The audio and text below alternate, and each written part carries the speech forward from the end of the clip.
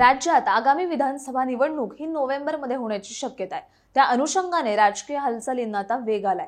राज्यात 288 विधानसभा मतदारसंघ असून एकट्या मुंबईमध्ये 36 तर ठाणे जिल्ह्यात 18 विधानसभा मतदारसंघ आहेत। त्यामुळे सर्वांचं लक्ष हे मुंबई आणि ठाण्यातल्या विधानसभा मतदारसंघावर लागलंय। आता मुंबई आणि ठाण्यातील जास्तीत जास्त जागांवर विजय मिळवण्याचा मानस महायुती आणि महाविकास आघाडीचा असल्याचं पाहायला मिळतंय। आता मुंबई आणि ठाण्यात महायुती आणि महाविकास आघाडीने किती जागांवर विजयाचा दावा केलाय, या मतदारसंघातील सद्यस्थिती काय आहे हेच आपण या व्हिडिओच्या माध्यमातून जाणून घेणार आहोत। नमस्कार, मी Ruchita Ghosalkar, For the People News मध्ये आपलं स्वागत। व्हिडिओला सुरुवात करण्यापूर्वी फॉर द पीपल न्यूजला सबस्क्राइब करा, लाईक व फॉलो जरूर करा। शिवसेना आणि राष्ट्रवादी काँग्रेसमध्ये बंड झालं आणि एकनाथ शिंदे यांच्या नेतृत्वातील शिवसेना आणि अजित पवार यांच्या नेतृत्वातील राष्ट्रवादी काँग्रेस महायुतीत सामील झाले।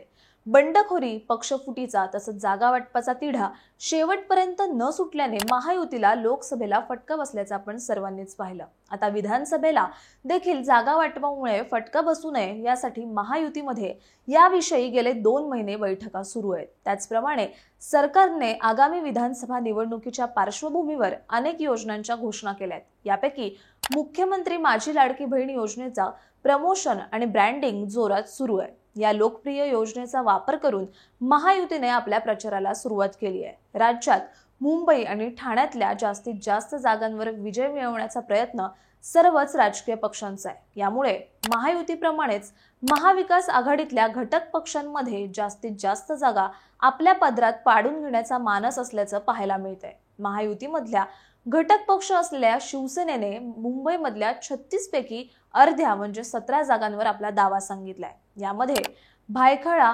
वरळी, शिवडी, जोगेश्वरी पूर्व, दिंडोशी, चेंबूर, अणुशक्तीनगर, माहीम, धारावी, भांडूप पश्चिम, विक्रोळी, कुर्ला, अंधेरी पूर्व, मालाड पश्चिम, मागाठाणे, चांदिवली आणि कलिना या विधानसभा मतदारसंघाचा समावेश असल्याचं बोललं जातंय। त्यासोबतच या जागांसाठी महायुतीमधल्या इतर 2 घटक पक्षांकडे म्हणजेच भाजप आणि राष्ट्रवादी काँग्रेसकडे शिवसेना आग्रह धरणार असल्याची माहिती समोर आली आहे। तर धारावी, अंधेरी पूर्व, मालाड पश्चिम, चांदिवली हे 4 विधानसभा मतदारसंघ सोडले तर बाकी 13 जागांवर शिवसेना विरुद्ध शिवसेना ठाकरे गट असा सामना आपल्याला पाहायला मिळू शकतो। शिवसेनेसोबतच महायुतीमधल्या इतर 2 घटक पक्षाने म्हणजेच भाजप आणि राष्ट्रवादी काँग्रेसने देखील मुंबईमधल्या काही जागांवर आपला दावा सांगितलाय। तर दुसरीकडे महाविकास आघाडीत देखील प्रामुख्याने शिवसेना ठाकरे गट आणि काँग्रेसमध्ये मुंबईतल्या जागांवरून रस्सीखेच अधिक पाहायला मिळते। शिवसेना आणि मुंबईचं सुरुवातीपासूनच एक वेगळंच नातं आहे। यामुळे मुंबईत शिवसेना ठाकरे गटाला जास्त जागांवर विजय मिळवणं अधिक सोपं आहे। तर काँग्रेसची वोट बँक मुंबईत असल्यामुळे शिवसेना ठाकरे गटात आणि काँग्रेसमध्ये मुंबईच्या जागांवरून रस्सीखेच पाहायला मिळते।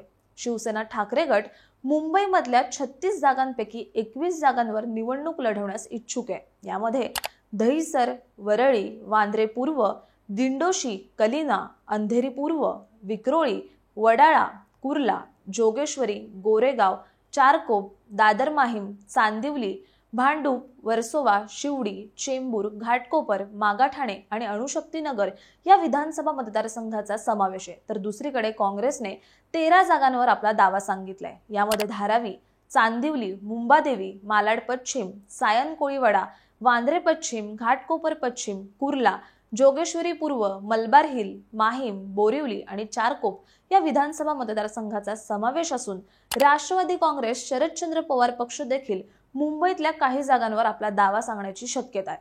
शिवसेना ठाकरे गट आणि काँग्रेसमध्ये मुंबईतल्या जागांवरून रस्सीखेच पाहायला मिळते। मुंबईतल्या 36 विधानसभा मतदारसंघाच्या 2019च्या विधानसभा निवडणुकीचा आपण अगदी थोडक्यात आढावा घेऊयात।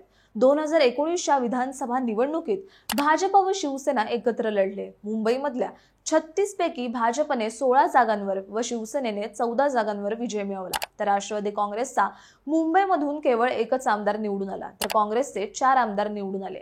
ठाण्यातील 18 जागांपैकी 8 जागांवर भाजपने विजय मिळवला, तर शिवसेनेने ठाण्यातील 5 जागांवर विजय मिळवला। राष्ट्रवादी काँग्रेसला ठाण्यातील 2 जागा जिंकता आल्या, तर काँग्रेसला ठाण्यात एकही जागा जिंकता आली नाही। महायुतीमध्ये शिवसेना मुंबईतल्या 17 जागांवर आग्रही असली तरी मुंबईतल्या काही मतदारसंघामध्ये अनेक वर्षांपासून भाजपचं वर्चस्व आहे। त्यातल्या काही मतदारसंघात भाजपचं गेल्या 15 वर्षापासून वर्चस्व आहे। यामध्ये बोरिवली, मुलुंड, चारकोप, घाटकोपर पश्चिम, घाटकोपर पूर्व, डोंबिवली आणि मलबार हिल विधानसभा मतदारसंघांचा समावेश आहे। तर काही मतदारसंघात गेल्या 10 वर्षापासून भाजपचं वर्चस्व राहिलंय। अशा मतदारसंघांमध्ये दहिसर, कांदिवली पूर्व, गोरेगाव, वर्सोवा, अंधेरी पश्चिम, विलेपार्ले, वांद्रे पश्चिम, कुलाबा, सायन कोळीवाडा, भिवंडी पश्चिम, मुरबाड, ठाणे आणि बेलापूर विधानसभा मतदारसंघांचा समावेश आहे। त्यामुळे मुंबईसह ठाण्यातल्या जास्तीत जास्त जागांवर भाजप देखील दावा करणार यात काही शंका नाही।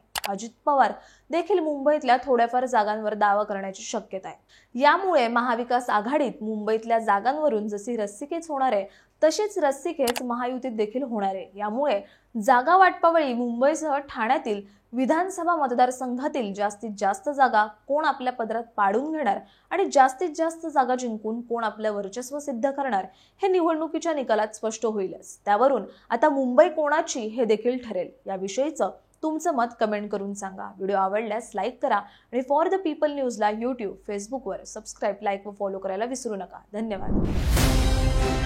भारत दुनिया का सबसे बड़ा लोकतंत्र और NLC भारत देश का सबसे बड़ा गैर राजनीतिक मंच।